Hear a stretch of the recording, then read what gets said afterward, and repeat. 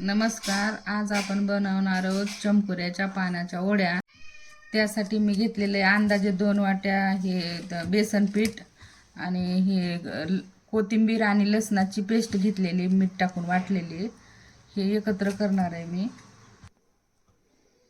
1 चमचा लाल चटणी, थोडीशी हळद आणि मीठ अगोदर पण वाटताना टाकलं होतं, त्याच्यासाठी मी थोडंसंच मीठ टाकणार आहे याच्यामध्ये. हे असं कालवून घ्यायचं आणि पाणी टाकून थोडंसं. आता हे असं व्यवस्थित मिक्स करून घ्यायचं आणि हे चमकुऱ्याचं पान आहे ह्याला हे असं पसरवून घ्यायचं. याच्यावर असं थोडंसं घट्टच लावून घ्यायचं, कारण मग वड्या थोड्याशा जाड वड्या असल्या तर छान लागतात. जर कोणाला जाड वड्या नाही पाहिजेत तर थोडंसं पातळ लावून घ्यायचं. आता याला सर्व व्यवस्थित असं गुंडाळून घ्यायचं या वडीला.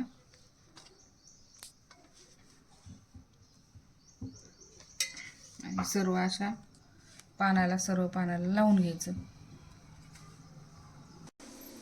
आता मी हे चाळणी घेतलेली आहे आणि चाळणीला तेल लावून घेतलं.